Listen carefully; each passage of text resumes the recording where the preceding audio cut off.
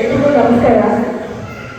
ತುಂಬ ಹೊತ್ತು ತಗೊಂಡಿಲ್ಲ ನಾನು ಆಲ್ರೆಡಿ ವಿಚಾರವಾದಿಗಳು ವೇದಿಕೆಗಳಿರುತ್ತಾ ಎಲ್ಲ ಗಣ್ಯರು ವಿಚಾರವಾದಿಗಳು ತುಂಬ ಹೊತ್ತು ಭಾರತ ದೇಶದ ಅಡಿಯಿಂದ ಮುಡಿಯವರೆಗೂ ಎಲ್ಲ ವಿಚಾರಗಳನ್ನ ಇಲ್ಲಿ ಪ್ರಸ್ತಾವನೆ ಮಾಡಿದ್ದಾರೆ.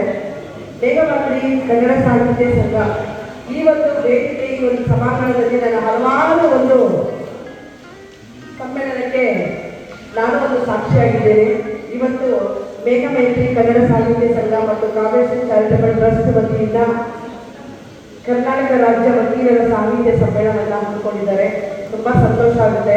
ವಕೀಲರು ಅಂದರೆ ನಾನು ಭಾರತೀಯ ಸ್ತ್ರೀಶಕ್ತಿ ಸಂಘಟನೆಯ ಮಹಿಳಾ ಹೋರಾಟಗಾರ್ತಿ, ಅಧ್ಯಕ್ಷರಾಗೋದಕ್ಕಿಂತ ಮಹಿಳಾ ಪರ ಧ್ವನಿಯಾಗಿ ನಿಂತ್ಕೊಂಡು ರಸ್ತೆ ಆದರೂ ಸರಿಯೇ, ನೈಟ್ 1 ಗಂಟೆ ಆದರೂ ಸರಿಯೇ ಹೋರಾಟಗಳಲ್ಲಿ ಮುಂಚೂಣಿಯಾಗಿ ನಿಂತ್ಕೊಳ್ಳೋ ಮುಂಚೆ ನಾನು ವಕೀಲರವನ್ನ ಸಂಪರ್ಕ ಮಾಡಿದ್ದೀನಿ. ಸಾರ್, ಈ ಥರ ಒಂದು ಹೆಣ್ಮಕ್ಳ ಸಮಸ್ಯೆ ಇದೆ, ಏನು ಮಾಡಬೇಕು, ಯಾವ ರೀತಿ ಅಂತ. ಸೊ ಆರಂಭ ನಮ್ಮ ವಕೀಲ ಸಾಹಿತ್ಯದಲ್ಲೇ ಆರಂಭ ಮಾಡೋದು. ಅದೇ ರೀತಿ ವಕೀಲರು ಒಂದು ಮೇಲೆ ಒಬ್ಬರಿಗೆ ನ್ಯಾಯ ಕೊಡಿಸ್ಬೇಕು ಅಂದರೆ ಇನ್ನೊಬ್ಬರಿಗೆ ಅನ್ಯಾಯ ಅಂತ ರೀತಿಯಾಗಿ ಅನಿಸುತ್ತೆ. ಸೊ ಈ ರೀತಿಯಾಗಿರುವಂತಹ ವಕೀಲರನ್ನ ನಾವು ಇವತ್ತು ಗೌರವ ಕೊಟ್ಟೆ ಕೊಡ್ತೀವಿ. ಯಾಕಂತಂದರೆ ಇವತ್ತು ಫಸ್ಟ್ ಟೈಮ್ ನಾನು ಈ ಒಂದು ಸಮ್ಮೇಳನದಲ್ಲಿ ಡಾಕ್ಟರ್ B.R. ಅಂಬೇಡ್ಕರ್ ಅವರ ಭಾವಚಿತ್ರ ನೋಡಿ ತುಂಬ ಖುಷಿ ಆಯಿತು.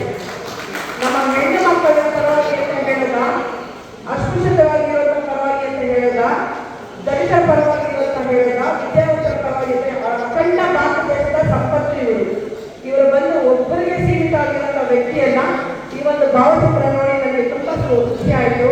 ಸೊ ನಾನು ತುಂಬ ಮಾತಾಡೋರಲ್ಲ, ನಾವು ಹೋರಾಟಗಾರರು. ನಾನು ತುಂಬ ಹೆಚ್ಚು ಸಮಯ ತಗೊಳ್ಳೋದಿಲ್ಲ, ಆಲ್ರೆಡಿ 2 ನಿಮಿಷ ಕೊಟ್ಬಿಟ್ಟಿದ್ದಾರೆ. ಸೊ ತುಂಬ ನಮ್ಮ ಶಿಕ್ಷಕರು ಟೀಚರ್ಸ್ಗೆಲ್ಲ ಇವತ್ತು ಪ್ರಶಸ್ತಿ ತಗೊಳ್ತಾ ಇದ್ದೀರಾ, ಶುಭವಾಗಲಿ.